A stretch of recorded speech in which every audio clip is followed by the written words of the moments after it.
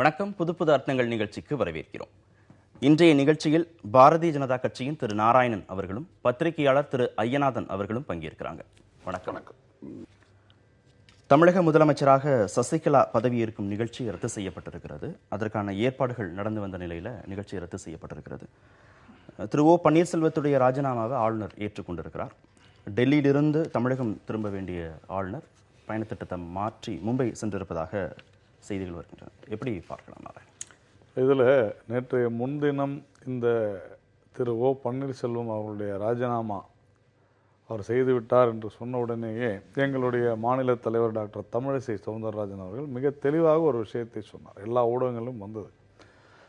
அதாவது இப்பொழுது அதற்கான அவசரமும் இல்லை, அவசியமும் இல்லை என்கின்ற நிலையில் ஒரு மிகப்பெரிய அந்த கட்சியினுடைய தலைவர் மறைந்திருக்கக்கூடிய சூழ்நிலையில், தமிழக முதல்வர் இருந்த அந்த நிலைமையில் அனைத்து எம்எல்ஏக்களும் இணைந்து இவங்களை ஓ பன்னீர்செல்வத்தை முதலமைச்சராக தேர்ந்தெடுத்து திடீரென்று 2 மாதங்களுக்குள்ளாக மாற்ற வேண்டிய அவசியம் என்ன அப்படிங்கிற ஒரு கேள்வி பிரதானமாக இருந்தது. ஒன்று. ரெண்டாவது, நேற்றைய தினம் உச்சநீதிமன்றம் ஒரு வாரத்திற்குள்ளாக சொத்து குவிப்பு வழக்கில் தீர்ப்பு கொடுக்குறோன்னு சொன்ன உடனேயே அந்த ஐடியாவை அவங்க ட்ராப் பண்ணியிருக்கணும். நியாயமாக இந்த ஒரு ஜனநாயக நாட்டில் யார் வேணாலும் எந்த பதவிக்கு வேணாலும் வர முடியும். சசிகலா அவர்கள் வருவது குறித்து நமக்கு எந்த விதமான இதுவும் இல்லை. அது அவங்களுடைய கட்சி சார்ந்த விஷயமாக இருந்தாலும் கூட இந்த ஒரு மேல்முறையீட்டில் இருக்கும் பொழுது இல்லை, இப்போ தானே சொன்னீங்க, நீங்கள் எதுவுமே இல்லைன்னு சொன்னீங்க. இப்போதான் நீங்கள் எதிர்ப்பு தெரிவிச்சதாக. அதுதான் நான் சொல்லுவேன். நாங்கள் எதிர்ப்பு தெரிவிக்கிறதுன்னு இல்லை. நான் என்ன சொல்ல வரேன்னா, அவசரமும் அவசியம் என்ன வந்தது? இப்போ அவங்க பொதுச் செயலாளராகிறாங்க, அது அவங்களுடைய கட்சியினுடைய நிலைப்பாடு. நமக்கு அதில் எந்த விதமான மாற்று கருத்தும் இல்லை. ஆனால் பர்சனல் ரீசன்ஸ்னால முதலமைச்சர் ஓ பன்னீர்செல்வம் தனிப்பட்ட காரணம், என்னுடைய சொந்த காரணங்களுக்காகன்னு சொல்லும் பொழுது, அப்போது மறுநாள் ஒருவேளை இன்று சசிகலா அவர்கள் முதல்வராக ஆகியிருந்தால் அதே ஓ பன்னீர்செல்வம் அவர்கள் அமைச்சராக ஆகியிருக்க மாட்டாரா? அப்போ அந்த பர்சனல் ரீசன் என்ன ஆயிருக்கும்? இதுதான் விஷயம். அப்போ எங்கிருந்தோ அந்த அழுத்தம் எதற்காக வந்தது? முதலமைச்சருங்கிறது ரொம்ப பெரிய பொறுப்பு இல்ல, அமைச்சருங்கிறது துறை சார்ந்த பொறுப்பு. அப்ப என்ன சொல்றோம்னா, அமைச்சரா இருந்தா பர்சனல் காரணங்களுக்காக வேலை செய்வான்னு அர்த்தமாயிடுமா? அப்படி எப்படி எடுத்து? அப்படிதான். மாநிலத்துடைய முதலமைச்சர் தனிப்பட்ட காரணங்களுக்காக சொல்றது வேற. இது துறை சார்ந்த அமைச்சர் நான் இருக்கிறேன், அதனால அந்த லெவல்ல என்னால செயல்பட முடியும்னு சொல்றது வேற. நீங்க எப்படி ரெண்டையும் இப்படி இருக்க முடியுமா? நான் என்னை பொறுத்தவரையில எல்லாரும் ஒண்ணுதான். அந்த துறை சார்ந்து ஏங்க வேணாம்னு எப்படி சொல்ல முடியும்? அது இல்லை. நான் சொல்ல வர்றது அதையும் தாண்டி நீங்க பாருங்க. நீங்க அந்த வார்த்தைகளை மட்டும் பார்க்கறது இல்லை. பர்சனல் ரீசன்ஸ்னால நான் முதலமைச்சராக இருக்க மாட்டேன், நான் அமைச்சராக இருக்கேன், ஃபைனான்ஸ் மினிஸ்டராக இருப்பேன் அப்படின்னு சொல்றதே அதுவே ஒரு அழுத்தம் தான். ஒன்று. ரெண்டாவது, ஒரு தீர்ப்பு வரப்போகிறது என்றால் 50% 50-50 சான்ஸ் இருக்குது. ஒரு வேளை சசிகலா அவர்கள் தண்டிக்கப்பட்டால், ஏற்கனவே நாம் பார்த்தோம் பரப்பன அக்ரஹாரம் அந்த தீர்ப்பில், அதுபோல தண்டிக்கப்பட்டால் மறுபடியும் ஒரு ஸ்திரமற்ற சூழ்நிலை தமிழகத்தில் கண்டிப்பாக உறுதியாக ஏற்படும் என்பதை அவர்கள் அறிந்து கொள்ள வேண்டும். ரெண்டாவது, இப்போ அதிமுக என்னை பொறுத்த வரைக்கும் அதிமுகவில் இவங்க சொல்லிக்கிட்டு இருக்காங்க, எங்கள் கட்சியில் எந்த பிளவும் இல்லை, யாரும் எங்களை விட்டு போகலை, எல்லாமே சொல்கிறாங்க. இப்போ என்ன அவசரம் வந்தது, என்ன தேவை வந்தது? ஒரு முதல்வராக சசிகலா வருவதற்கான தேவை எங்கிருந்து வந்தது? சரி, பேசும். உச்சநீதிமன்றம் சொத்து குவிப்பு வழக்கில் இன்னும் ஒரு வாரத்தில் தீர்ப்பு அப்படின்னு சொல்லப்பட்டிருக்கிறது. சசிகலா பதவியேற்க கூடாதுன்னு சட்ட பஞ்சாயத்து இயக்கத்திலிருந்தும் வழக்கும் தொடுக்கப்பட்டிருக்கிறது. இதெல்லாம் தான் காரணம் இந்த நிகழ்ச்சி ரத்து செய்யப்பட்டிருக்கிறதுக்கு, இல்லை பதவியேற்பு தள்ளி போனதுக்கு அப்படின்னு புரிஞ்சுக்கலாம். இருக்கலாம். முக்கிய காரணம் என்ன அப்படின்னீங்கன்னா, இந்தியாவுடைய உச்சநீதிமன்றத்தினுடைய தீர்ப்பை எதிர்நோக்கி காத்துக்கிட்டு இருக்கோம். இப்படிப்பட்ட ஒரு சூழலில் பதவியேற்ற ஒரு சில நாட்களிலேயே அந்த தீர்ப்பு அதன் மூலம் மீண்டும் ஒரு அரசியல் சட்ட ரீதியான ஒரு நெருக்கடி வருவதை தவிர்ப்பதற்கு ஆளுநர் நினைக்கலாம். ஏனென்றால் உங்களுடைய செய்தியிலேயே குறிப்பிட்டிருந்தபடி அவர் டெல்லியில் மத்திய அரசினுடைய தலைமை வழக்கறிஞரை அவர் சந்தித்து பேசியிருக்கின்றார். எனக்கு கிடைத்த தகவல் என்ன என்றால், வரும் வெள்ளிக்கிழமை அன்று இந்த தீர்ப்பு வழங்கப்படலாம் என்கின்ற ஒரு உறுதியான செய்தி இருக்கின்றது. இப்படிப்பட்ட சூழலில் இன்றைக்கோ அல்லது வியாழக்கிழமையோ நாளையோ அவர் பதவி ஏற்பது, பிறகு அடுத்த ஒரு 2 நாட்களில் அதில் ஒரு மாற்றம் ஏற்படலாம் என்கின்ற ஒரு சூழல் நிலவும் பொழுது அந்த நிலையை தள்ளி போடலாம்.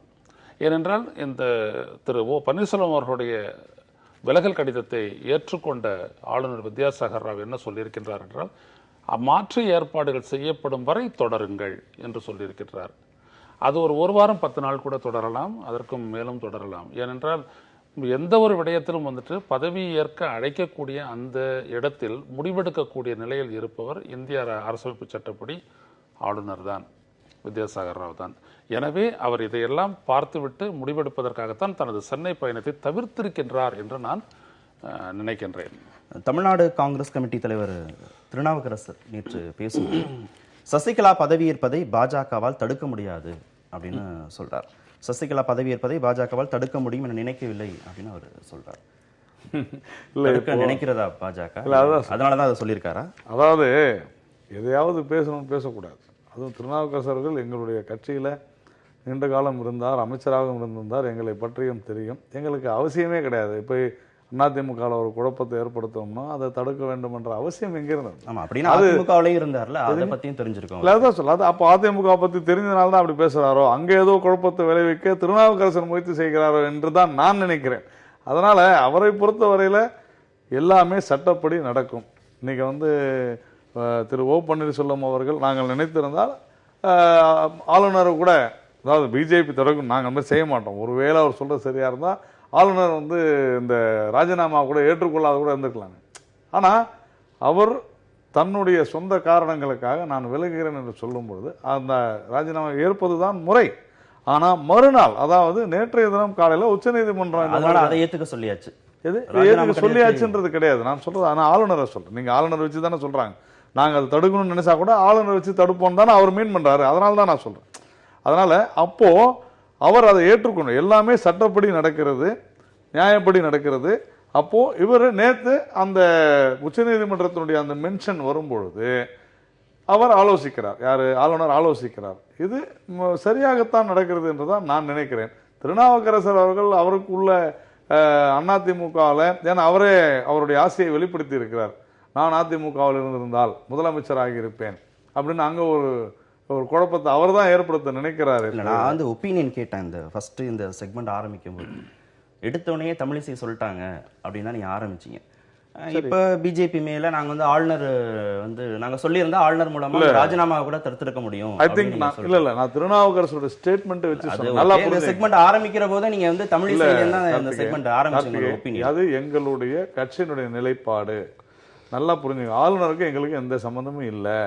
கட்சியினுடைய நிலைப்பாடு தெளிவாக தமிழிசை சௌந்தரராஜன் அவர்கள். இந்த உங்களோட ஒப்பீனியன்ல இருந்து ஒருவேளை பிஜேபி நினைக்கிறதா நடக்குதோ அப்படின்னு அது உங்க யூகம். என்ன செய்ய முடியும்? அது நீ யூகங்களுக்கு எல்லாம் நான் பதில் சொல்ல முடியுமா? அந்த மாதிரி இல்லைன்னு தான் சொல்ல முடியும். அதுக்காக நான் விளக்கம் கொடுத்து இல்ல நான் போய் சத்தியப்பிரமாணம் எல்லாம் செய்ய முடியாது. விஷயம் இதுதான். எங்களுடைய நிலைப்பாடு இது. கடந்த 2 மாத காலமாக திரு ஓ பன்னீர்செல்வம் அவர்கள் சிறப்பான முறையிலே ஆட்சி செய்து கொண்டிருக்கிறார். அதுல எந்த சந்தேகமும் இல்லை. அந்த கட்சியில ஒரு மிகப்பெரிய பிளவெல்லாம் ஒண்ணும் இல்லை. அவசரமா இன்னொரு முதல்வர் வர வேண்டும் என்ற அவசரமோ இல்லை. இந்த மாதிரியான சூழ்நிலையில உச்சநீதிமன்றம் இது போல சொல்லி இருக்குது. இதையெல்லாம் கருத்தில் கொண்டு தமிழகத்தின் நலன் கருதியும் அதிமுகவின் நலன் கருதியும் சசிகலா வர வேண்டியது இல்லைன்னு சொல்றத புரிஞ்சுக்க முடியுது. அவ்வளவுதான். எப்போதுமே வர வேண்டியது இல்லை சொல்லிக்க வேண்டியது இருக்கா? சொல்லவே இல்லை. அந்த மாதிரி வர வேண்டியது இல்லைன்னு நீங்க அந்த மாதிரி சொல்லல. அந்த மாதிரி யாருமே சொல்லல. அதான் நான் முதலே சொன்னேன். டெமோக்ரஸியில யார் வேண்டுமானாலும் ஆகலாம். அவங்க எம்எல்ஏ ஆகாத கூட ஆகலாம். சட்டத்துல இடம் இருக்குது. திரு ஐநாதன், திருநாவுக்கரசர் ஸ்டேட்மெண்ட் நம்ம எப்படி பாக்குறது? எல்லாமே திருநாவுக்கரசருடைய சட்டப்படி நியாயப்படி தான் நடக்குது அப்படின்னு திரு நாராயணன். ஆமா, திருநாவுக்கரசர் அவர்கள் சொன்னது, அடுத்தபடியாக அதற்கு காரணமாக நாராயணன் அவர்கள் சொன்னது எல்லாத்தையும் பார்க்கும்போது என்னன்னா, பாஜக ஏதோ பன்னீர்செல்வத்தினுடைய விலகலில் ஏதோ இழந்து விட்டதை போல அவருடைய கருத்துக்கள் எல்லாம் இருப்பதை நான் பார்க்கிறேன். Showing their displeasure at the maximum. அது யாரா இருந்தாலும் சரி, தமிழிசையினுடைய அறிக்கையா இருந்தாலும் சரி, அவசரம்னு சொல்றது, அவர் நல்லதான் ஆட்சி பண்ணாரு அப்படின்னு சொல்றது, இதெல்லாம் தமிழ்நாட்டு மக்கள் தான் சொல்லணும். நிறைய விடயம் இருக்கு. ஒரு மத்திய அரசு நம்ம நாட்டில் கான்ஸ்டிடியூஷனையும் ஆளுநரையும் வச்சுக்கிட்டு என்னென்னலாம் பண்ணாங்க அப்படின்றத எடுத்துக்கிட்டீங்க அப்படின்னா, 1 வால்யூம் 2 வால்யூம் பத்தாது, 15 வால்யூம் போடணும். என்னெல்லாம் பண்ணியிருக்காங்கன்னு உத்தரகாண்டில் தெரியும், அப்புறம் அருணாச்சல பிரதேசத்துலாம் தெரியும், எவ்வளவோ பண்ணியிருக்காங்க. எனவே அதே மாதிரியே ஆளுநரை மாற்றுவதற்கு, ஆட்சிக்கு வந்தவொடனே மாற்றுவதற்கு முயற்சிக்கிறாங்க. ஆளுநர் தான் கான்ஸ்டிடியூஷன் படி தானே நடந்துக்கிறாரு, எந்த குற்றச்சாட்டும் தான் இல்லையா, ஏன் மாற்ற நினைக்கிறாங்க? அப்போ மத்திய அரசு இந்த அரசமைப்புக்கு உட்பட்டு மாநில அரசுகளை இயக்க நினைக்கின்றது, தன்னுடைய வசதிக்கேற்ப வளைக்க நினைக்கின்றது என்பதெல்லாம் யாருக்கும் தெரியாத உண்மை அல்ல. அரசியல் தெரிந்த அனைவருக்கும் அது தெரியும். எனவே நாங்கள் இப்போ கூட அவர் நாராயணன் சொல்லும்போது படம் இதையே கூட ஏற்றுக்க தேவையில்லை அப்படின்ற மாதிரி ஒருத்தர் சொன்னது. அவர் சொன்ன திருநாவுக்கரசருடைய ஸ்டேட்மெண்ட் அதை வச்சுதான் நான் ஐநாதன் சொன்னார்ல, இப்போ ஆளுநர் வந்து மாற்றாம இருக்கிறது இல்ல முழு நேர ஆளுநராக நியமனம் செய்யாம இருக்கிறது, அதுல கூட ஏதாவது அரசியல் இருக்கா? நான் அவருடைய சந்தேகத்தை அது வந்து இட் இஸ் கவர்மெண்ட்ஸ் டெசிஷன். நான் அதில் எப்படி என்ன சொல்ல முடியும்? சரி, I cannot say anything on that. ஒரு முழு நேர கவர்னரை உடனே ஏன் நினைக்கல, அதில் என்ன சிக்கல் இருக்குன்னு நமக்கு தெரியாது. ப்ராபப்ளி அவங்க அதற்கு உண்டான ஆய்வை செஞ்சுக்கிட்டு இருப்பாங்க. ஒரு நல்ல சிறந்த தமிழகத்திற்கான ஒரு நல்ல நபரை தேர்ந்தெடுக்கலாம், அதை நம்ம சொல்ல முடியாது. ஆனால் நாராயணன் வந்து இப்படி நல்ல முதலமைச்சர் சிறப்பாக செயல்படுறார், அப்போது நல்ல சிறப்பாக செயல்படலைன்னு சொல்கிறீங்களா? ஐயநாதன் வந்து ஓ பன்னீர்செல்வம் சிறப்பாக செயல்படலைன்னு சொல்கிறாரா? நாங்கள் தெளிவாக சொல்கிறோம், அவர் சிறப்பாக செயல்பட்டிருக்கிறார். ஜல்லிக்கட்டு விவகாரத்திலிருந்து அவர் வந்து கடந்த 2 மாதங்களில் தமிழகத்தில் இருந்த சில பிரச்சனைகளை தீர்ப்பதற்காக எளிமையாக சிறப்பாக நன்றாக செயல்பட்டிருக்கிறான்றதுல மாற்று கருத்து இல்ல.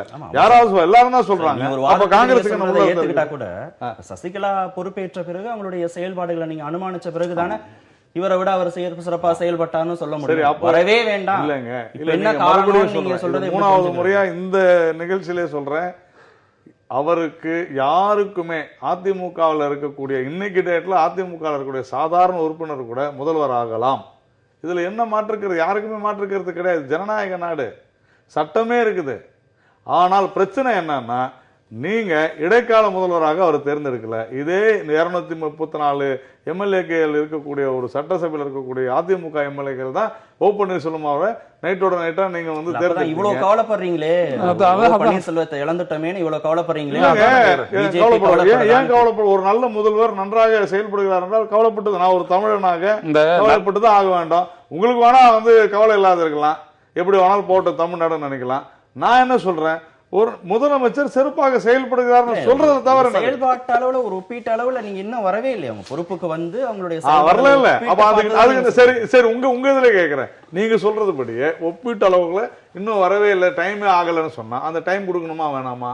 அப்ப அதுக்கு என்ன அவசர தேவை? அப்ப உங்க கட்சியில குழப்பம் இருக்குதா? இல்ல, இதுக்கெல்லாம் இப்படி இவ்வளவு கேள்விகள் பாஜக எடுப்புறாங்களே. கேள்வியே இல்லைங்க. நீங்க கேள்வி எடுப்புனீங்களா? என்ன, ஏது, எப்படி, தற்காலிகம், நிரந்தரம்? சந்தேகமா கேள்வி கேட்கல. இல்ல, இதுல எல்லாம் வந்துட்டு நீங்க பாத்தீங்க அப்படின்னா ஒரு ஆற்றாமை வெளிப்படுது இல்ல.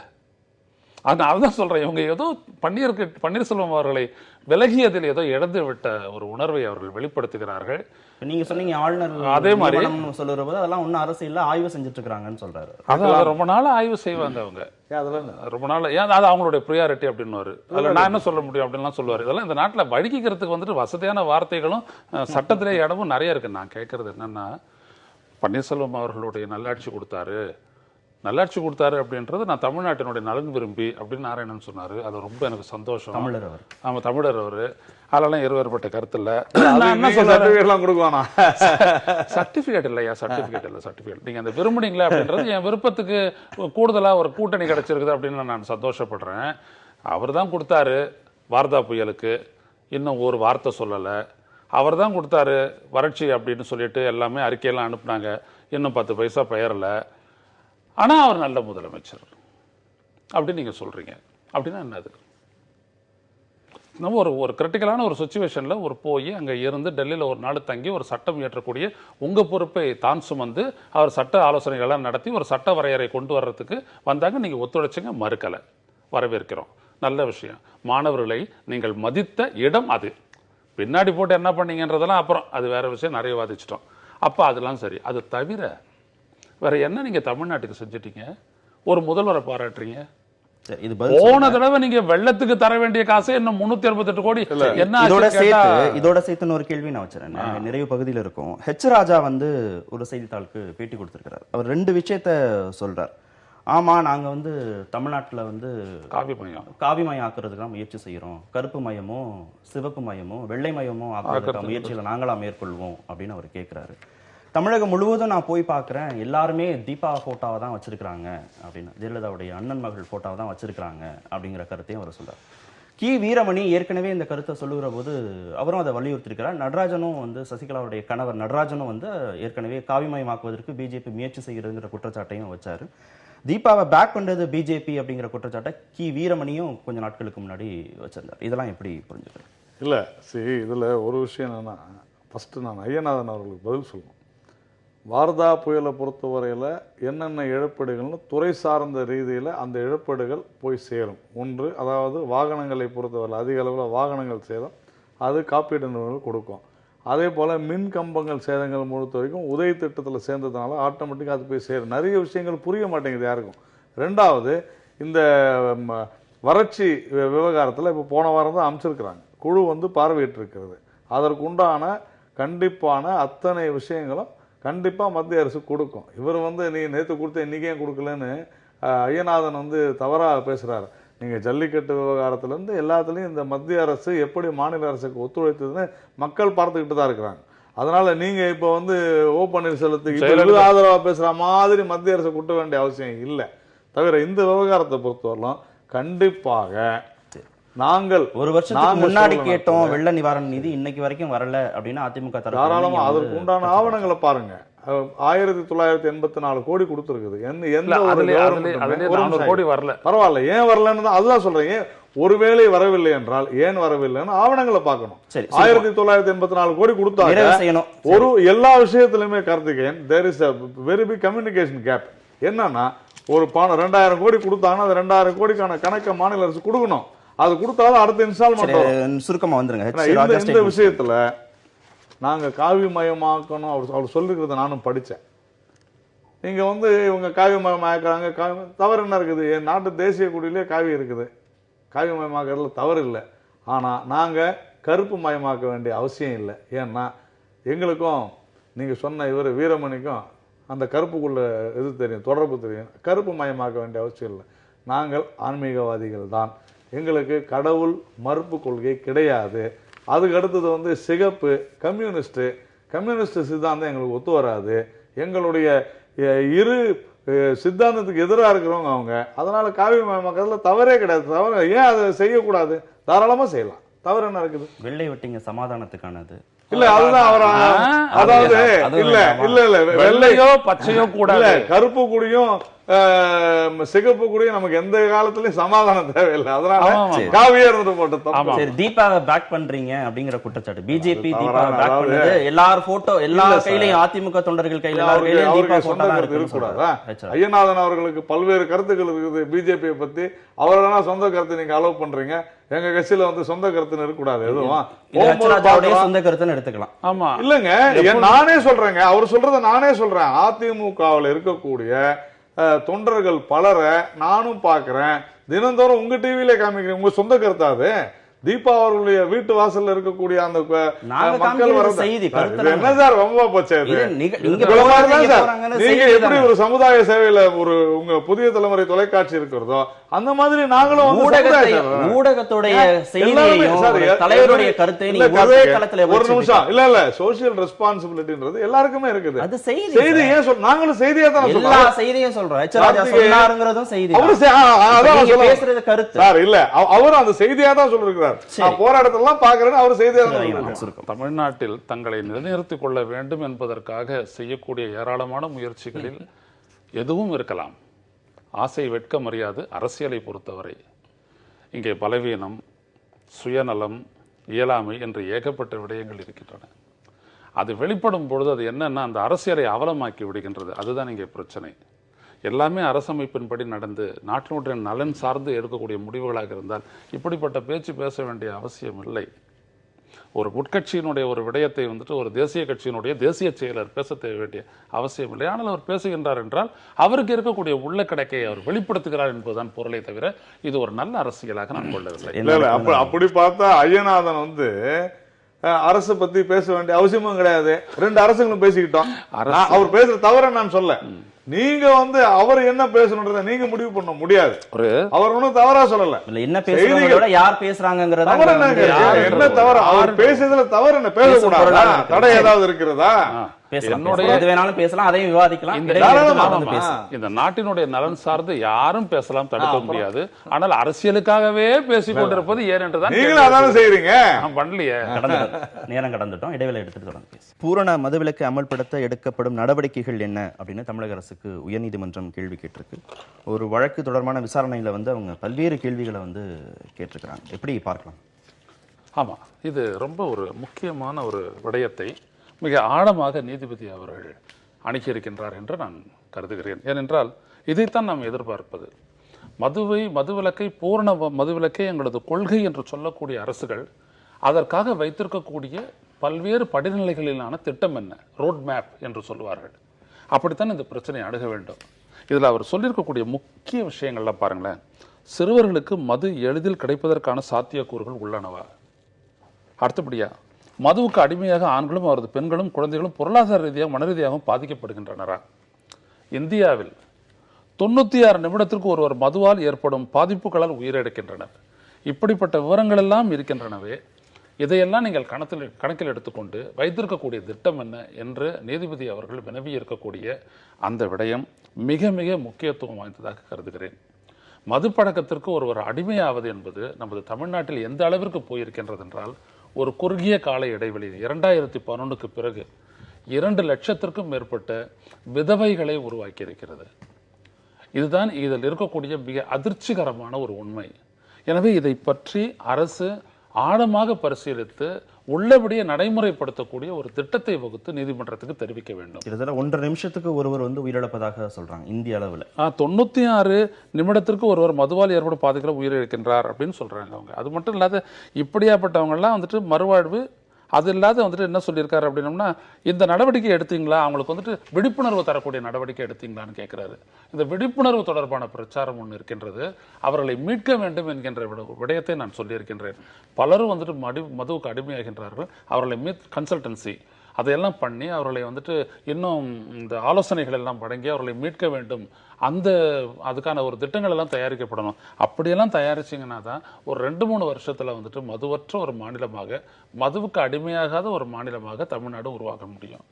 இதுல கொஞ்சம் இந்த ஒட்டுமொத்த இந்தியான்னு பேசுனதுனால சொல்றேன். எனக்கு தெரிந்த 1937 அன்றைக்கு பம்பாய் மாகாணம் இருந்தபொழுது, டாக்டர் அண்ணல் அம்பேத்கர் அவர்கள் இருந்தபோது கூட அரசே மதுவை தயாரித்து அதை வந்து மக்களுக்கு கொடுக்க வேண்டும் என்கின்ற மாதிரியான ஒரு விஷயத்தை அவர் ஏன் சொன்னாருன்னா, கள்ள சாராயம் கள்ள மது வந்துவிடக்கூடாது, ஒரு சாரார் இதில் வந்து பிரச்சனைக்கு தொடர்ந்து அவங்க வந்து இறந்து கொண்டிருக்கிறார்கள், அந்த மாதிரியான விஷயங்கள். அதனால தான் நம்ம அரசியல் சாசன சட்டம் வரும்போது இதை வந்து டைரக்டிவ் பிரின்சிபல்ஸில் மாநில பட்டியலில் கொண்டு வந்து சேர்க்குறாங்க. அப்போ ஒரு மாநிலத்திலும் ஒரு மாதிரியான சூழ்நிலை இருக்கும். ஆனால் இன்னைக்கு இது எல்லாத்தை விட முக்கியமான விஷயம், இந்தியாவில் வேறு எங்கேயுமே தமிழகத்தில் இருக்கக்கூடிய அளவிற்கு அதிக அளவு மது விற்பதில்லை, குடிப்பதில்லை. ஏன் அப்படின்னா, இதற்கு காரணம் இந்த 2 திராவிட கட்சிகள் தான் என்பதில் மாற்று கருத்து யாருக்குமே இருக்க முடியாது. ஏன்னா அந்த 2 யார் இந்த மதுவை சப்ளை பண்ணுற மேனுஃபேக்சர் பண்ணுறாங்கன்னா அந்த 2 கட்சிகளில் தான் இருக்கிறாங்க. ஓப்பனாக ஒத்துக்கிறாங்க. திமுக என்ன சொன்னாங்க, நாங்கள் ஆட்சிக்கு வந்தால் மது ஆலைகளை மூடிவிடுவோம். அப்போ ஆட்சிக்கு வரலன்னா மூட மாட்டீங்களா? இது நம்ம கேள்வியாக கூட கேட்டோம். இன்னைக்கு மிகப்பெரிய பண மெஷின் நடந்துகிட்டு இருக்கு இந்த மது விற்பனை மூலமாக. கிட்டத்தட்ட இதில் 70 லட்சம் பேர்னு சொல்றாங்க. எனக்கு தெரிஞ்சு ஒரு நாளைக்கு குறைஞ்சது 2 கோடி பேராவது குடிப்பாங்க. அந்த 2 கோடி பேர் குடிச்சாங்கன்னா நீங்க மது கடைகளில் ஒரு பாட்டிலுக்கு 5 ரூபாய் எக்ஸ்ட்ரா வாங்குறாங்களா இல்லையா? 95 ரூபாய்னா 100 ரூபாய் வாங்குறாங்க, 85 ரூபாய்னா 90 ரூபாய் வாங்குறாங்க. நான் சொல்றது மினிமம். சில இடங்கள்ல 10 ரூபாய் கூட ஆகுது. அப்போ 2 கோடி பேர் குடிச்சாங்கன்னா 5 ரூபாய் ஆவரேஜ் வச்சா கூட ஒரு நாளைக்கு 10 கோடி ரூபாய் லஞ்சம் வாங்கப்படுகிறது மது விற்பனையின் மூலமாக. அப்போ ஒரு மாசத்துக்கு நம்ம கணக்குப்படி 300 கோடி, 360 கோடி, 3600 கோடி கிட்டத்தட்ட ஒரு ஆண்டுக்கு இது லஞ்சமாக போகிறது. இதனாலதான் இந்த 2 திராவிட கட்சிகளும் மது விற்பனையை ஊக்குவிக்கிறது. அதை ஊக்குவிப்பதன் அடையாளமா உதாரணத்துக்கு எடுத்துங்க, பீகார்ல அந்த மதுவிலக்கு அமல் கொண்டு வரும் பொழுது நான் படிச்சது என்னன்னா, இதன் மூலமாக அரசுக்கு 4500 கோடி ஒரு ஆண்டுக்கு வருவாய் இழப்பு ஏற்படும். ஆனா தமிழ்நாட்டில் 36,000 கோடி வருவாய். பீகார் தமிழகத்தை விட மிகப்பெரிய மாநிலம். பீகார் தமிழகத்தை விட பின்தங்கிய மாநிலம். பீகார் தமிழகத்தை விட கல்வி அறிவில் குன்றிய மாநிலம். பீகார் தமிழகத்தை விட, தமிழகத்தில் இருப்பவர்களை விட ரொம்ப ஒரு கீழ்த்தட்டில் இருக்கிறவங்க அதிகம். ஆனா அங்கேயே 4500 கோடி தான் வருமானம். ஆனா இங்க 35,000 கோடி. என்ன என்ன அநியாயம் இது? இதற்கு யார் காரணம்? முழுக்க முழுக்க லஞ்சம் ஊழல்ல தான். அதனாலதான் இவங்க இதை ஊக்குவிக்கிறாங்க. முதல்ல இந்த மதுவிலக்கை தமிழகத்துல கொண்டு வர்றத சிறப்பா நாம செய்யணும். அது நிதி பிரச்சனை அப்படின்னு பல்வேறு குற்றச்சாட்டுகளை வைக்கிறாங்க. இது கூட இந்த வழக்கு கூட தேர்தல் நேரத்துல கொடுத்த வாக்குறுதியை காப்பாற்றுவதற்கு என்ன நடவடிக்கை எடுத்திருக்கீங்க அப்படின்னு நான் கேட்கிறேன். என்ன சிக்கல் இருக்கிறதா பார்க்குது? பீகார்லயும் சொன்னாங்க, அங்க இந்த சிஸ்டம் ஃபெயிலியரா தான் பார்க்க வேண்டியதா இருக்குது. இவங்க புரியாத ஒரு விடயத்தை பேசுறாங்க. ஏதோ என்கரேஜ் பண்றதுனால தான், ஒரு டார்கெட்டை வச்சு விற்கிறதுனால தான் வந்துட்டு மது பழக்கம் வந்துட்டு அடிமையா தொடருது, நிறைய பேர் மதுவுக்கு அடிமையாகிறாங்க அப்படின்னு இல்லை. சமூக பொருளாதார வாழ்வியல் காரணங்களை எல்லாம் கணக்கில் எடுத்துக்கொள்ள வேண்டும். எந்த ஒரு மாநிலத்தில் வந்துட்டு மக்களினுடைய வாழ்நிலை வந்துட்டு நல்ல உயரத்தில் இருக்கோ, உயர்ந்து இருக்கின்றதோ, அந்த மாநிலத்தில் பார்த்தீர்களானால் இப்படிப்பட்ட போதை பொருள் பழக்க அடிமைத்தனம் குறைந்திருக்கிறது. தமிழ்நாட்டை பற்றி ரொம்ப கவலைப்பட்டார் திரு நாராயணன் அவர்கள், ஏற்கிறேன். பீகாரை பற்றி ஒரு ஒப்பிட்டு சொன்னார். பஞ்சாபில் நடந்து முடிஞ்ச தேர்தலில் கைப்பற்றப்பட்ட மது வகைகள் 13 கோடிக்கு, கைப்பற்றப்பட்ட போதைப் பொருள் வஸ்துக்கள் 19 கோடி. தேர்தல் நேரத்தில் போதைப் பொருளை கொடுத்திருக்கிறார்கள் என்றால், போதைப் பொருள் கொடியை விட மோசமான இப்படிப்பட்ட ஒரு நிலையில் அங்க இருக்குது. அங்க யாருடைய ஆட்சி இருக்குது? சுப்பிரமணிய அகாலிதள் பாஜக கூட்டணி ஆட்சி இருக்குது. அப்ப என்னது இதெல்லாம்? அதனாலதான் அவர் சொன்னார் 96 நிமிடத்தில் அப்படின்னு சொல்லிட்டு, இந்தியான்ற அந்த ஹோலிஸ்டிக் வியூ எல்லாத்தையும் நீங்க மொத்தமா பாருங்க அப்படின்னு சொல்லிட்டு நீதிபதி சொல்றாரு. நாம எல்லாத்தையுமே ஒரு மாநிலத்திற்கான பிரத்யேக காரணங்களை எல்லாம் தேடிக்கிட்டு இருக்க வேண்டாம். தமிழ்நாட்டில் இன்னைக்கு வந்துட்டு இவ்வளோ பேர் இருக்காங்க அப்படின்னோம்னா, அவங்களுக்குள்ள ஏற்படக்கூடிய அவங்களுடைய பொருளாதார வாழ்வில் இருக்கக்கூடிய நெருக்கடிகள்லாம் என்னன்னு பார்க்கணும். நீங்க சும்மா ஒருத்தர் குடிக்க போயிடுறாங்கன்னு, டொமஸ்டிக் வயலன்ஸ்ல இருந்துட்டு குடிப்பழக்கத்திற்கு அடிமையாகிறது வரை பொருளாதார சமூக காரணங்கள் நிறைந்து கிடைக்கின்றன. அதை ஆழ்ந்து செல்லாமல் ஏதோ என்கரேஜ் பண்றதுனால தான் இவங்க நிறைய பேர் குடிக்கிறாங்கன்னு சொல்லி இது அப்படியே திசை திருப்ப கூடாது. இதை நண்பர் ஐயநாதன் அவர்கள் டோட்டலாவே டைவர்ட் பண்றாரு. நான் பேசுறது மிகுந்த கவலையோடு நான் பேசிய ஒரு விஷயம். இந்தியாவில அதிகமா, தமிழ்நாட்டுக்கு அடுத்ததான் 4500 கோடி பீகார்னு நான் சொன்னேன். மது என்பது சில இடங்கள்ல அனுமதிக்கப்பட வேண்டும்னே உச்சநீதிமன்றம் சொல்லுது. என்ன காரணம்னா, கள்ளசாராயத்தினால உயிரிழப்புகள் அதிகரிக்கும். இந்த மாதிரியான விஷயங்களும் நம்ம கன்சிடர் பண்ணி தான் ஆகணும். அந்தந்த மாநிலங்கள்ல வேற எங்கேயும் அந்த மாதிரி இருக்கான்னா இல்ல, தவிர போதை சொன்னார், அதுதான் சொல்ல வர. இங்க இந்த மாதிரி நான் சொன்னது போன்ற லஞ்சம் ஊழல் தவிர போதை அதிகமாக தரும் சட்ட பஞ்சாயத்து இயக்கம் மாதிரி பல்வேறு இயக்கங்கள் அந்த குவாலிட்டி ஆஃப் லிக்கர் பத்தி கூட பல கேஸ் போட்டாங்க. ஆனா அதெல்லாம் மூடி மூடி மறைக்கப்படுகிறது. ஏன் அதுல ஒரு வெளிப்படைத்தன்மை இல்லை? அப்போ போதைக்கு அடிமையாக்கக்கூடிய அளவிற்கு தான் அந்த மது உற்பத்தியானது நடந்து கொண்டிருக்கிறது அப்படிங்கறது என்னுடைய ஓப்பனான குற்றச்சாட்டு. அதனால பஞ்சாப்ல இருக்குதா, மத்திய பிரதேச இருக்கா, குஜராத், அதுக்கெல்லாம் இந்திய அளவுல பார்க்கணும்ங்கறாரு. இந்திய அளவுல அதிகமா இருக்குறாரு. நான் என்ன கேக்குறேன், ஒரு மாநிலம் நீங்க 96 நிமிஷம் சொன்னீங்க இல்லையா, எல்லா மாநிலங்களும் இதுல வந்து நீங்க 96 நிமிஷம் சொன்னீங்க இல்லையா, நான் ஏத்துக்கிறேன், அதெல்லாம் சரிதான். ஆனா அதுல தமிழகத்தினுடைய பங்கு என்னன்னு பார்க்கணும். குறைஞ்சது 25 இருந்து 30% தமிழ்நாடே இருக்கும். முதல்ல இதை சரி பண்ணுவோம். ஒரு லிக்கர் பேரணி இந்த நாட்டுல எம்பி ஆனாரு, தமிழ்நாட்டுல தான் ஆனாரு. இது வந்து இதெல்லாம் வந்து நீங்க ரொம்ப நான் பேசுவது அரசே மது கொடுப்பது கீழ் லெவல்ல இருக்கு. அந்த லிக்கர் பேரனுடைய உற்பத்தின்றது வேற. உயிரிழப்புக்கான முக்கியத்துவத்தை கொடுத்து நம்ம இந்த செக்மெண்ட்டை நிறைவு செய்யலாம். அததான் எல்லாருமே இடைவெளிக்கு பிறகு தொடர்ந்து பேசும். உடல்நலம் தேறி வந்த ஜெயலலிதா உயிரிழந்தது எப்படி அப்படின்னு மருத்துவர்கள் நேற்று விளக்கம் கொடுத்திருக்கிறாங்க. லண்டன் மருத்துவர் ரிச்சர்ட் பீலே, அரசு மருத்துவர்கள் பாலாஜி, சுதா சேஷையன் மற்றும் அப்பல்லோ மருத்துவர் பாபு ஆப்ரஹாம் இவங்க வந்து விளக்கியிருக்கிறாங்க. எந்த விதமான மர்மமும் இல்லை அப்படின்னு சொல்லியிருக்கிறாங்க. என்ன மாதிரியான சிகிச்சைகள் கொடுக்கப்பட்டதுங்கிற விவரத்தையும் சொல்லியிருக்கிறாங்க. எப்படி பார்க்கலாம்? இல்லை, இது நம்ம முதல்ல கேட்டோம். அதாவது சந்தேகங்கள்னு கேட்குறாங்க, சொல்றதுல தவறு இல்லை அப்படின்னு சொல்லி நமக்கு ஒன்றும் சந்தேகம் இருக்கிறதா நம்ம சொல்லவும் இல்லை. ஆனால் இது குறித்த ஒரு சந்தேகங்கள், இது குறித்த பிரச்சனைகள் இருந்தபொழுது, விவாதங்கள் வந்தபொழுது அது சொல்றதுல ஒன்றும் தவறு இல்லைன்னு தான் சொன்னோம். ஆனால் இது இவ்வளவு நாள் இது டைமிங் பார்த்தீங்கன்னா நிறைய ப்ராப்ளம். இதுதான், இது முன்னாலே அவங்க செஞ்சிருக்கலாம். ஒன்று. ரெண்டாவது, சரியா நேற்றைய தினம் சசிகலா அவர்கள் முதல்வராக வேண்டும் என்கின்ற பொழுது இந்த விஷயத்தை கொண்டு வந்து வைக்கிறது. அதே போல குறிப்பாக அதற்கு முதல் நாள் சசிகலாவினுடைய கணவர் நடராஜன் அவர்கள் அப்போலோல போய் அனுமதிக்கப்படுகிறார்னு ஒரு செய்தி பார்த்தோம். இது தொடர்ந்து இது அப்போ என்ன ஆகுனா, மக்கள் மத்தியில் அதுவும் ஒரு அழுத்தம் கொடுக்கப்படுகிறதா, இப்படி தான் பேசணும்னு சொல்றாங்க, அதுக்காக அவர் அட்மிட் ஆயிருக்கிறாரா, இந்த மாதிரியான சந்தேகங்களை தேவையில்லாத கிளப்பக்கூடிய ஒரு விஷயம். ஆனால் தொடர்ந்து பார்த்தீங்கன்னா கடந்த காலங்களில் இந்த மாதிரியான ஒரு நான் தான் ஒரு சென்டர் பாயிண்டாக இருக்கேன் அப்படின்னு காமிக்கிறதுக்காக கூட அதை அவர் செஞ்சுருக்கலாம், எனக்கு தெரியல. ஆனால் இதையெல்லாம் தவிர்க்கலாம், இதெல்லாம் தவிர்த்திருக்கலாம். முதல்லயே அவங்க கூட வந்து இந்த விஷயங்கள்லாம் சொல்லியிருக்கலாம். இதில் சமூக ஊடகங்களில் பல்வேறு விஷயங்கள் வந்தன, அவங்க அப்படி பேசினாங்க இப்படி பேசினாங்க. இது என்னை பொறுத்தவரையில் இதில் ஹைலைட்டுன்னு பார்த்தா எனக்கு வந்திருக்கிற செய்தியில் வைகோவுக்கு விசிட்டிங் கார்டு வாங்கின விஷயம் தான் பெருசாக கட்டங்கட்டி போட்டிருக்காங்க. அதை தவிர ஒன்றும் பெரிய விஷயமா அதில் இருக்கிற மாதிரி எனக்கு தெரியல. நீங்கள் எப்படி பார்க்குறீங்க? அதாவது எதை முன்னாடி செஞ்சிருக்க வேண்டுமோ அது பின்னாடி செய்கிறாங்கன்னு தான் நான் சொல்கிறேன்.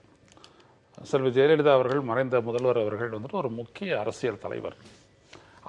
அவர் சேர்ந்த நாளில் என்ன நிலையில் இருந்தார், எப்படி அவருக்கு சிகிச்சைகள் வழங்கப்படுகின்றது, அவர் உடல் அதற்கு எவ்வாறு ஈடு கொடுக்கின்றது, ரெஸ்பாண்டிங் டு மெடிகேஷன் அல்லது சிகிச்சை என்பதையெல்லாம் மக்களுக்கு ஒவ்வொரு நாளும் ஒரு அறிக்கையாக கொடுக்கலாம்.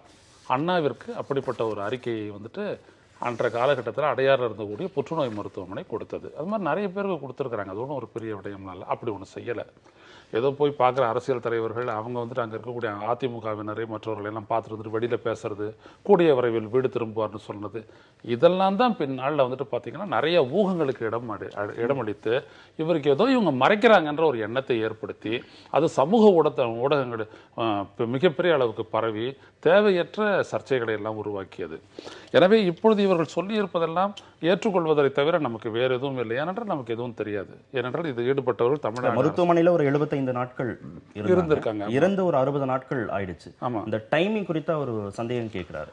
ஆமா, இப்போ இது தேவையா அப்படிங்கிற ஒரு பதவியேற்பு நிகழ்ச்சி நடக்கிறது அப்படின்னு சொல்லி இப்போ இதை வந்து சொல்லியிருக்கணுமா அப்படின்னு கேட்கிறாரு. அதுதான் அரசியல் இருக்குன்னு புரிஞ்சுக்க வேண்டியதா இருக்கா? சரி, அரசியலே வேணான்னு கொஞ்சம் போன செக்மெண்ட்ல சொன்ன நாராயணன் இதுல வந்துட்டு அரசியலை கொண்டு வராருன்னு நினைக்கிறேன்.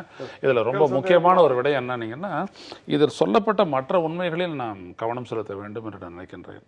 ஏன்னா அதில் வந்துட்டு அகில இந்திய எய்ம்ஸ் மருத்துவமனையிலேருந்து வந்திருக்கின்றார்கள், சிங்கப்பூர்லேருந்து வந்திருக்கின்றார்கள், அப்போலோ மருத்துவமனை, தமிழ்நாடு அரசனுடைய மருத்துவர்கள், இப்படி ஏராளமானவர்கள் லண்டன்லேருந்து வந்த இவர் பியாலே என்று பலரும் இருக்கிறாங்க. இதெல்லாம் வந்துட்டு வச்சுக்கிட்டு எந்த ஒரு உண்மையும் மறைச்சிட முடியும் அப்படின்னு நான் நினைக்கிறேன்.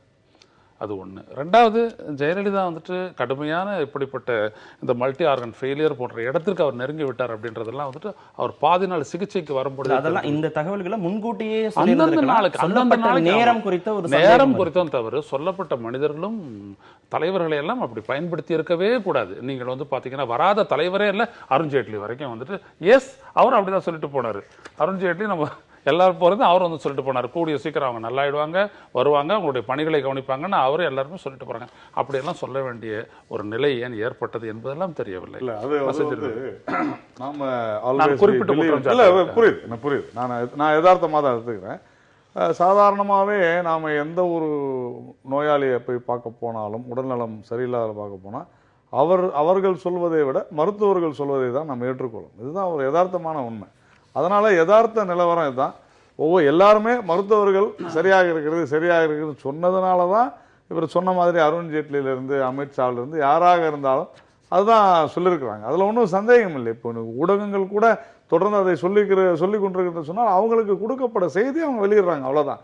அதனால நாம் அதை வந்து தவறெல்லாம் சொல்ல முடியாது. கவர்னர் போய் பார்க்கிற போது வந்து அவங்க எப்படி உயர்த்தினாங்க அப்படின்னு நேற்று மருத்துவர்கள் தரப்புல சொல்றாங்க. கவர்னர் வந்து அந்த மாதிரி குறிப்பிடல. இது எப்படி? நான் வார்டு வரைக்கும் போயிருந்தேன், இந்த மாதிரி சொன்னாங்கன்னா அவர் சொன்ன மாதிரி தான் முதல் முறை போயிருந்தேன், அதுதான் எனக்கு நினைவு. கவர்னர் என்னை பார்த்து கை உயர்த்தினாங்கன்னு சொன்ன மாதிரி எனக்கு தெரியல. அதுதான், அது சில முரண்பாடுகள் இருக்கு, மருத்துவர்கள் சொல்லியிருக்கிறாங்க. இல்லை, அதுதான் சொல்றேன். அது நான் என்னை பொறுத்த வரைக்கும் நான் அதை வந்து பேப்பர்ல பத்திரிகையில் நான் படித்தது போன்று தொலைக்காட்சி ஊடகங்களில் நான் பார்த்த வரையிலும் கவர்னர் என்னை பார்த்து கையை உயர்த்தினார் சொன்ன மாதிரி எனக்கு தெரியல.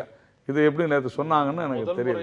சென்ற போது ஆளுநர் அவர் பார்க்கவில்லை, பார்க்கல. இரண்டாவது முறை சென்ற போதுதான் கண்ணாடி வழியாக பார்த்தார் அப்படிலாம் வந்துட்டு அவரே தெளிவா சொல்லியிருந்தாரு. வார்டு வரைக்கும் நான் சென்றிருந்தேன், நீங்க தாராளமா பார்க்கலாம். வார்டு வரைக்கும் சென்றிருந்தேன்னா பார்க்கலன்னு தானே அர்த்தம்.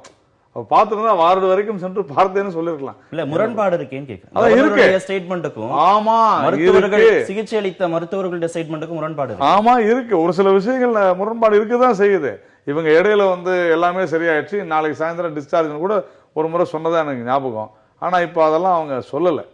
என்ன விஷயம்னா, இது ஒரு பதட்டத்தினால உருவாகிற ஒரே நிமிஷம் ஐயா, இது ஒரு பதட்டத்தினால கூட சொல்லிருக்கலாம். ஏன்னா அரசு சொல்லிதான் நாங்க இதை செய்யறோம்னு சொல்றாங்க. நேற்று அறிக்கை கொடுத்துருக்குறாங்க. இந்த அறிக்கையில இல்ல, என்னன்னா நீங்க கவர்னருடைய ஸ்டேட்மெண்ட்டை வந்து நீங்க வேற பொலிட்டிக்கல் லீடர்ஸோட ஸ்டேட்மெண்டோடலாம் நீங்க பார்க்க ஒப்பிட்டு முடியாது. பார்க்க முடியாது. அந்த சமயத்துல கவர்னர் போய் பார்த்துட்டு வந்துட்டு என்ன மாதிரியான விளக்கம் I கொடுக்க stand with போறாருன்னு the governor. எல்லோருமே எதிர்பார்த்த சூழல்ல ஐ ஸ்டாண்ட் வித் கவர்னர். அப்படின்னு சொல்றாரு. இப்ப மருத்துவர்கள் இது மாதிரி சொல்றாங்க, ஆனா நீங்க கவர்னர் ஸ்டாண்ட்ல நீங்க இருக்கீங்க. ஆமா, ஐ ஸ்டாண்ட் வித். ஒரு கட்டத்துல எப்படி போயிடுச்சு அப்படின்னா, நம்ம எல்லாருக்கும் அந்த நாட்களை நினைவு கூர்ந்தால் நல்லா தெரியும். இவராவது வந்துட்டு உண்மையை சொல்ல மாட்டாரா அப்படின்னு. அதனால தான் அந்த ஊடகங்களுக்கும் வந்துட்டு அந்த அளவுக்கு அந்த கவனம் செலுத்தினாங்க. நம்ம ஊடகம் உட்பட எல்லாமே பார்த்தீங்கன்னா, கவர்னர் கார் வருகிறது, அவர் வந்து விட்டார், ஏர்போர்ட்ல வந்துட்டார், இதோ வந்துட்டு இருக்கிறார் அப்படின்லாம் சொல்ல வேண்டிய அவசியம் ஏற்பட்டது. காரணம் என்ன அப்படின்னீங்கன்னா, உரியவர்கள் அந்த தகவலை சொல்லவில்லை. தமிழக அரசுடைய சுகாதாரத்துறை இதை சொல்லியிருக்க வேணும். யார் பே பண்றது அவங்களுக்கு? தமிழக அரசு தான். மற்ற மக்களுடைய நலனெல்லாம் யார் வந்துட்டு பேச வேணும்? விஜயபாஸ்கர் தான். ஆனா அவங்கெல்லாம் வந்துட்டு இந்த விஷயத்துல எதையுமே பேசல. அப்போ அவர்களெல்லாம் தவிர்க்கப்பட்டார்கள் என்று தெரிகிறது. அதுக்கப்புறம் அப்பெல்லாம் வந்துட்டு விரிவான அறிக்கையை கொடுக்கறதெல்லாம் லேட்டர். முதல்ல நமக்கு வந்த ஒரு ஆத்தென்டிக் இன்ஃபர்மேஷன் அப்படின்றது ஒன்று பார்த்தீங்க அப்படின்னோம்னா, ஆளுநர் திரு வித்யாசாகர் ராவ் அவர் கொடுத்தது தான். அப்போ இவர் எப்படி கொடுக்க முடியும்? இப்போ இவரதெல்லாம் ஒரு பார்வை தானங்க, அவரால் எப்படி அனுமானிக்க முடியும்? எப்படி அவர் வந்துட்டு உள்வாங்கிக்குவாரு? என்ன விதமான சிகிச்சை கொடுத்தாங்க, என்ன விதமான எயில்ஸ் அப்படிலாம் எப்படி சொல்ல முடியும்? அப்ப இதெல்லாம் செய்ய வேண்டியது மருத்துவத்துறை. அதை பார்த்து வந்துட்டு சுகாதார அமைச்சர் சொல்லியிருக்க வேண்டும். அதெல்லாம் ஏன் தவிர்க்கப்பட்டது என்பதற்கான பதில் இதுல இல்லை. நாங்க நல்ல சிகிச்சை கொடுத்துருக்கோம், அது இயல்பு தான். அவங்க நல்ல சிகிச்சை கொடுத்தாங்க எல்லாம். ஆனா இதையெல்லாம் ஏன் சொல்ல வர்றதை வந்துட்டு அப்போலோ மருத்துவமனை வந்துட்டு ஏன் அந்த பொறுப்பை எடுத்து மாதிரி சிகிச்சை எடுத்துக்கொண்ட சமயத்துல இந்த புகைப்படத்தை வந்து வெளியிட்டிருக்கணும் அப்படின்னு சொல்லப்படுகிறது. ஆனா வந்து அவசியம் இல்லைன்னு அவங்க சொல்றாங்க. இது எப்படி பார்க்கலாம்? நோயாளியுடைய விருப்பம் இருந்து இந்த புகைப்படம் வெளியிட்டிருக்கணும் அப்படின்னு எடுத்துக்கலாம். இக்கட்டான சூழல்ல ஒரு தமிழகத்தின் முதலமைச்சர் அப்படிங்கிற அடிப்படையில் புகைப்படம் வெளியிடப்பட்டிருக்கணும் அப்படின்னு புரிஞ்சுக்கணும். நான் விசாரித்த எனக்கு தெரிந்த வரையில நான் பல மருத்துவரிடம் கேட்டதன் வகையில் நோயாளியினுடைய விருப்பம் தான் அது அப்படின்னு தான் எனக்கு சொன்னாங்க. ஒருவேளை முன்னாள் முதல்வர் ஜெயலலிதா அவர்கள் அதை விரும்பி இருக்காவிட்டால் அது அவருடைய கண்டிப்பாக தனிப்பட்ட விவகாரம் தான். இன்னைக்கு இவங்க சோனியா அவர்கள் கூட பல்வேறு இதுக்காக வெளிநாடுகளுக்கு செல்கிறார்கள். நம்ம யாரும் அதை கேட்கல. இன்னைக்கு அடல் பிஹாரி வாஜ்பாய் அவர்கள் கூட கிட்டத்தட்ட 10 வருஷமா ஓய்வில் தான் இருக்கிறார்.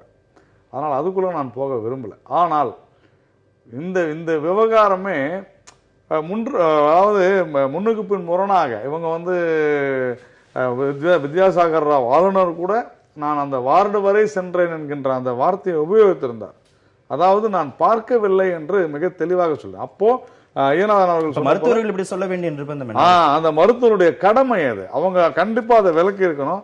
நேத்து அதுதான் சொல்றேன். நேத்து கூட அவங்க சொல்லும் பொழுது ஒரு அரசு சொன்னதுனால நாங்க சொல்றோம், இல்லைன்னா எங்களுக்கு அவசியம் இல்லைன்ற மாதிரியான மருத்துவர்கள் வந்து ஆளுநர் பார்க்கிற போது அவங்க கை உயர்த்தினாங்கன்னு சொல்ல வேண்டிய அவசியம் அதுதான். அது டெஃபினட்டா தெரியலன்ற. ஐ ஸ்டாண்ட் வித் என்னை பொறுத்தவரையில கண்டிப்பாக அப்படி என்னை பார்த்து கையை உயர்த்தினார் நலமா அப்படின்னா என்ன அர்த்தம்? நான் நலமாக இருக்கிறேன் என்று செய்கை செய்தார் அப்படின்னு அவர் சொல்லியிருக்கணும். நியாயமா பார்த்திருந்தால் அந்த மாதிரி செய்கை வந்திருந்தால் அந்த மாதிரி சொன்னதா எனக்கு ஞாபகம். நிறைவு கருத்து ஐயநாதன். இந்த செய்தியாளர் சந்திப்பு பல்வேறு சர்ச்சைகளுக்கும் சந்தேகங்களுக்கும் முற்றுப்புள்ளி வைக்கணும் புரிஞ்சுக்கலாமா? இல்லை, முற்றுப்புள்ளி வைக்கல. அதுதான் ரொம்ப முக்கியம். ஒன்று வந்துட்டு என்ன சொன்னாங்க அப்படின்னோம்னா, செல்வி ஜெயலலிதா அவர்கள் சிகிச்சை பெறும்பொழுது இதெல்லாம் ஒன்றும் ஒரு அவரை தாழ்த்தக்கூடிய சொற்களாக நான் பயன்படுத்தவில்லை. அப்பொழுது வந்துட்டு இந்த டையெல்லாம் அடிக்காத இருந்ததுனால வந்துட்டு அந்த வெள்ளை முடிப்பட்ட ஒரு நிலையில் இருந்ததுனால அவங்க வந்துட்டு அதை விரும்பி இருக்கவே மாட்டாங்க அப்படின்ற ஒரு விடயம் வந்துட்டு வெளிப்படுத்துகிறாங்க மருத்துவமனையிலேருந்து. இன்னொரு விஷயம் வந்துட்டு இட் அமௌண்ட்ஸ் டு ப்ரைவசி. பொதுவாக வந்துட்டு பார்த்தீங்க அப்படின்னோம்னா வந்துட்டு அக்யூட் கேர் யூனிட்டில் இருக்கக்கூடிய யாரையும் வந்துட்டு கிட்ட கூட அனுமதிக்க மாட்டாங்க. நல்ல ஒரு மருத்துவமனையாக இருந்ததுன்னா அக்யூட் கேர் அந்த யூனிட்டுக்குள்ளே வந்துட்டு அதுக்குள்ளே யாரையும் அனுமதிக்க மாட்டாங்க. எனவே அதை பற்றியெல்லாம் ஒன்றும் இல்லை. நமக்கு தேவை என்னென்னா, நாட்டு மக்களினுடைய கவலைகளுக்கு ஆளான ஒரு தலைவருடைய அன்றாட சிகிச்சை பற்றி தெளிவான அறிக்கைகளை மீண்டும் மீண்டும் சந்தேகம் எழுப்பிக்கிட்டே கொடுக்க முடியும். இல்ல சந்தேகம் அன்னைக்கு செஞ்சிருக்க வேண்டியது இன்னைக்கு இட் இஸ் டூ லேட். ரொம்ப லேட்டா வந்தது கார்த்திக். இதெல்லாம் நம்ம வாட்ச் பண்ணிக்கிட்டே இருக்கோம். ரொம்ப லேட்டா வந்தது. ஆரம்பத்துல பாத்தீங்கன்னா அரசியல்வாதி சொன்னதா ஆரம்பிச்சது நம்ம திருமாவளவன் அவர்கள் தான் முதல்ல வந்து சொன்னாரு நல்லா இருக்கிறாங்கன்னு. அது சரி. இவர் என்ன சொன்னாரு? நம்ம அப்போலோ மருத்துவமனையினுடைய சேர்மன் பிரதாப் ரெட்டி என்ன சொன்னாரு? அவர் நன்றாக குணமடைந்து விட்டார், வீட்டுக்கு செல்வதை பற்றி அவர் தான் முடிவெடுக்க வேண்டும். என்னது அப்படியெல்லாம் எப்படி சொல்ல முடியும்? டிஸ்சார்ஜ் அப்படின்ற ஒரு விஷயம் எவ்வளவு பெரிய விஷயம், எவ்வளவு எதிர்பார்ப்புகளை இல்ல, கூடிய அதாவது அந்த மருத்துவர் மாதிரி சொல்லிட்டு அதுலதான் கலந்துட்டோம். ஒரு இல்ல, மாரடைப்பு மருத்துவராக வரலைன்னா அவங்க வந்து வீட்டுக்கு போயிருப்பாங்கங்கிற இல்ல கருத்து கார்த்திகேயன், யதார்த்தமாக தான் நடந்தது, திடீர்னு நடந்தது இல்ல தான். ஒரே ஒரு வரிதான். அதுலதான் ஒரு மருத்துவராக எங்களுடைய மாநிலத்தில் டாக்டர் தமிழிசை சவுந்தரராஜன் சொன்னதை இப்ப நான் நினைவுபடுத்துறேன். எங்களுக்கு எந்த சந்தேகமும் இல்லை, ஆனால் மக்களுடைய கேள்விகளுக்கு அவங்களுடைய சந்தேகங்களை அந்த மருத்துவமனை நிர்வாகம் தீர்க்கணும். அது சொல்றதுல வெளிப்படையா பேசல தவறு. அதுதான் இப்ப அவங்க செஞ்சிருக்காங்க. அது காலம் கடந்த ஞானோதயம். அவ்வளவு. இது உங்களுடைய பார்வை. அதுதான் நிகழ்ச்சியில் பங்கேற்ற இத்தோடு இந்த விடயத்தை மறப்பது சிறப்பு என்று நினைக்கின்றேன். நிகழ்ச்சியில் பங்கேற்ற இருவருக்கும் மிக நன்றி. மீண்டும் சந்திப்போம். நன்றி, வணக்கம்.